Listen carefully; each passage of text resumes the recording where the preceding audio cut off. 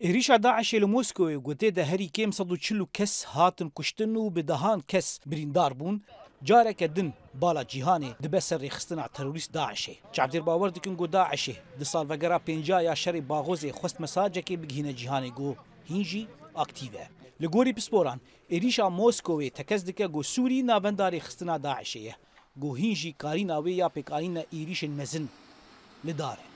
داعش تنظيم إرهابي استطاع أن يستغل الصراعات داعش قریب و سودیج شر و پفچونان بگره چه لسوریه، عراق، لیبیا، بجاهی افریقیا و چه لروسیای جیبه.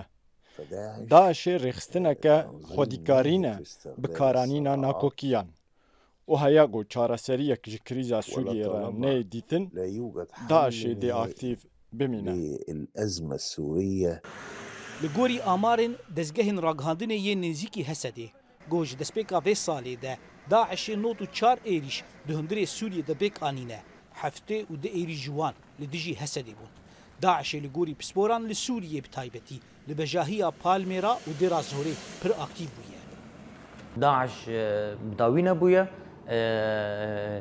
بهیزه و هین دیاره کو جیر زمینه و هیا لوان دورین چولستان سوریه لهنک دورین دیر زوره سبب مکدنی جی لزیده بو پشتی شر غزه ایریشن ایرانیان و لوو تفگراوان لسوریه لسر بنکین امریکی و مجلبونا بویا کیرا 23 Adarê 5 sal sertêkçûna Daişê li Baxozê derbas dibin got encama wî şerî de bêtirî 50,000 kes xweradestî Hesedê kirin. Ji wê hejmarê 43,000 jin û zarokên malbatên Daişê li kampa Holê ne û bêtirî 10,000 çekdarên Daişê li girtîgehên Hesedê ne.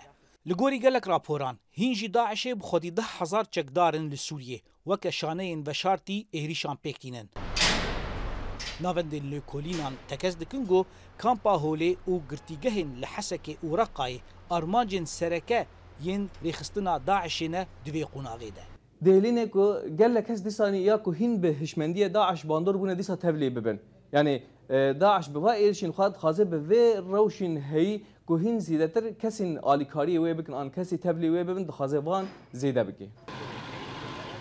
Di rapora çarîka dawî ya sala 2023 ya koalîsyona neteweyî ya şerê dijî Daişê got êrişên Tirkiye ser Hesedê alîkariya Daişê kir got akîv bibe. Êrişa roja îna borî li Moskowê tekez dike got Daişê ne tenê li Sûrî û Iraqê lê li ser asla cîhanê hîn bi xwedîkarîna pêkayîna êrîşan e. Zana Umer dengê Amerîka, Qaço.